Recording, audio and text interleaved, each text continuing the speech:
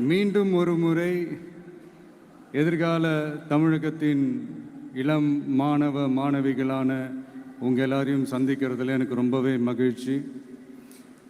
அதாவது இந்த ஒரு பாசிட்டிவ் பவர் இருக்கிறவங்கள பார்க்கும்போது ஆட்டோமேட்டிக்காக ஒரு எனர்ஜி, ஆட்டோமேட்டிக்காக ஒரு கெமிஸ்ட்ரி ஒர்க் அவுட் ஆகும்னு ஒன்று சொல்லுவாங்கள்ல, அது இன்னைக்கு காலையிலேருந்து எனக்கு பயங்கரமாக ஒர்க் அவுட் ஆகிட்டுருக்கு.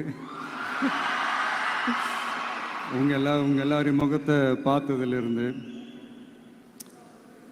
ஸோ மை டியர் குட்டி, அதில் எவ்வளோ சில பேருக்கு ஒரு கிளியர் பிக்சர் மைண்டில் இருக்கும். அதாவது லைஃப்பில் என்னவா ஆக போகிறோம், ஒரு டாக்டர் ஓய்வு ஏற்படலாம், சின்னதாக ஒரு கன்ஃபியூஷன் ஏற்படலாம். அவங்க எல்லாருக்குமே நான் சொல்லிக்கிறது என்னென்னா, எல்லா துறையுமே நல்ல துறை தாங்க. நீங்கள் எதை தேர்ந்தெடுக்கிறீங்களோ அதில் உங்களுடைய முழு ஈடுபாட்டோட உங்களுடைய 100% உழைப்பை போட்டிங்கன்னா அது யாராக இருந்தாலுமே வெற்றி நிச்சயம்தான். அதனால உங்களுக்கு பிடிச்ச துறையை நீங்கள் தேர்ந்தெடுங்க.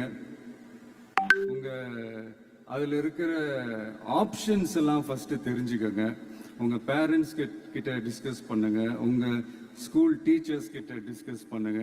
இந்த கெரியர் கைடன்ஸ் கொடுக்கறதுக்கெல்லாம் நிறைய பேர் இருக்காங்க, இந்த கெரியர் கவுன்சிலிங் கொடுக்கறதுக்கெல்லாம் நிறைய பேர் இருக்காங்க. அவங்க எல்லாரையும் மீட் பண்ணுங்க. இந்த மாதிரி ஒரு சந்தர்ப்பத்தில் நான் என்னுடைய ஒரு சின்னதாக ஒரு கெரியர் கைடன்ஸ் உங்ககிட்ட ஷேர் பண்ணணும்னு ஆசைப்படுறேங்க.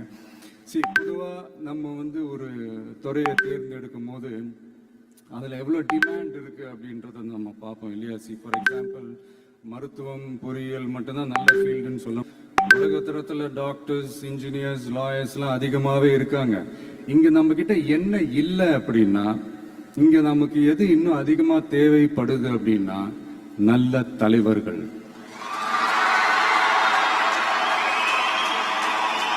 நான் தலைவர்கள்னு சொன்னது வெறும் அரசியல் ரீதியா மட்டும் சொல்லல. இப்போ நீங்க ஒரு துறைக்கு போறீங்க, அதுல நீங்க சிறந்து விளங்குனீங்கன்னா அந்த ஒரு தலைமை இடத்துக்கு உங்களால ஈஸியா வர முடியும். அதைத்தான் நான் சொன்னேன், இன்னும் நமக்கு நிறைய தலைவர்கள் தேவைப்படுறாங்க அப்படின்ட்டு. அது மட்டும் இல்ல, ஃபியூச்சர்ல அரசியலும் ஏன் ஒரு கெரியர் ஆப்ஷனா வரக்கூடாது, அப்படி வரணும்ன்றது என்னுடைய விருப்பம். நல்லா படிச்சவங்க அரசியலுக்கு வரணுமா வேண்டாமா? உங்களை தான் கேட்கிறேன். நல்லா படிச்சவங்க அரசியலுக்கு வரணுமா வேண்டாமா? நல்லா படிச்சவங்க தலைவர்களாக வரணுமா வேண்டாமா?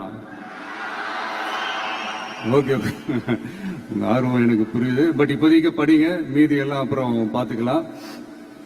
அதே மாதிரி நீங்க படிக்கும் போதே மறைமுகமாவே நீங்க அரசியல் ஈடுபட முடியாது. எப்படின்னா ரொம்ப சிம்பிள். நீங்க ஒன்றும் இல்லை, நீங்க டெய்லி இந்த நியூஸ் பேப்பர்லாம் படிங்களேன். படிக்க படிக்க உங்களுக்கே தெரியும், ஒரே செய்தியை ஒரு நியூஸ் பேப்பர் ஒரு மாதிரி எழுதுவாங்க, அதே செய்தியை இன்னொரு நியூஸ் பேப்பர் இன்னொரு மாதிரி எழுதுவாங்க. ஒரு செய்தியை ஒரு நியூஸ் பேப்பர்ல ஃப்ரண்ட் பேஜ்ல ஹெட்லைன்ஸ்ல போடுவாங்க, அதே செய்தியை இன்னொரு நியூஸ் பேப்பர்ல கடைசி பக்கத்துல கூட போட மாட்டாங்க. நீங்க நியூஸ் வேற, ஒப்பீனியன் வேற, செய்தி வேற, கருத்து வேறங்கிறது உங்க எல்லாருக்குமே தெரிய வரும். இப்பெல்லாம் பார்த்தீங்கன்னா நிறைய இந்த மெயின் ஸ்ட்ரீம் மீடியாவுக்கு ஈக்குவலாக நிறைய இந்த சோஷியல் மீடியா சேனல்ஸ்லாம் இந்த நல்லது கெட்டதுன்னு இந்த ஒப்பீனியன்லாம் கிரியேட் பண்ணுறாங்கல்ல. அதெல்லாம் நீங்கள் பார்த்தீங்கன்னா ரொம்ப ஈஸியாக ஒரு நல்லதை கெட்டதாகவும் கெட்டதும் நல்லதாகவும் நல்லவங்களை கெட்டவங்க மாதிரியும் கெட்டவங்களை நல்லவங்க மாதிரி இந்த மாதிரி புரணி பேசி ப்ரொஜெக்ட் பண்ணுறதெல்லாம் இந்த மீடியா, சோஷியல் மீடியாலலாம் நம்ம பார்க்குறோம் இல்லையா. நீங்கள் எல்லாமே பாருங்க, நீங்கள் எல்லாமே படிங்க, பட் எது உண்மை பொய்ன்னு மட்டும் அனலைஸ் பண்ண மட்டும் கற்றுக்கங்க. அப்போதான் இந்த உண்மையிலேயே நம்ம நாட்டில் என்ன பிரச்சனை, நாட்டோட மக்களுக்கு என்ன பிரச்சனை, இந்த சமூக தீமைகள் பற்றிலாம் உங்களுக்கு தெரிய வரும். அது தெரிஞ்சுக்கிட்டாலே இந்த ஒரு சில அரசியல் கட்சிகள் செய்கிற இந்த பொய்யான பிரச்சாரங்களை எல்லாம் நம்பாமல் எது கரெக்டு, எது தப்பு, எது உண்மை பொய்யன்னு இதை அனலைஸ் பண்ணி பார்த்துட்டு நல்ல தலைவர்களை தேர்ந்தெடுக்கக்கூடிய ஒரு விசாலமான ஒரு உலக பார்வை உங்களால் வளர்த்துக்க முடியும். அது வந்துட்டாலே அதை விட ஒரு சிறந்த அரசியல் வேற எதுவுமே இருக்க முடியாதுங்க. அதை விட நம்ம நாட்டோட வளர்ச்சிக்கு நீங்க செய்ய போற அந்த பங்களிப்பு வேற எதுவுமே இருக்க முடியாது. ஃபைனலா ஒரே ஒரு சின்ன விஷயம், friendship adds fragrance to life. அதில் எந்த மாற்று கருத்துமே கிடையாது. ஒரு கட்டத்துக்கு அப்புறம் பேரண்ட்ஸுக்கு அடுத்தபடியாக இன்னும் சொல்ல போனால் பேரண்ட்ஸை விட அதிகமாக நண்பர்களோட டைம் ஸ்பெண்ட் பண்ணக்கூடிய அந்த ஒரு சூழ்நிலை ஏற்படும். அதனால நல்ல நண்பர்களை தேர்ந்தெடுங்க. நீங்க கேட்கலாம், நட்புன்றது அதுவா அமையறது தானே, நாம எப்படி சூஸ் பண்ண முடியும்னு.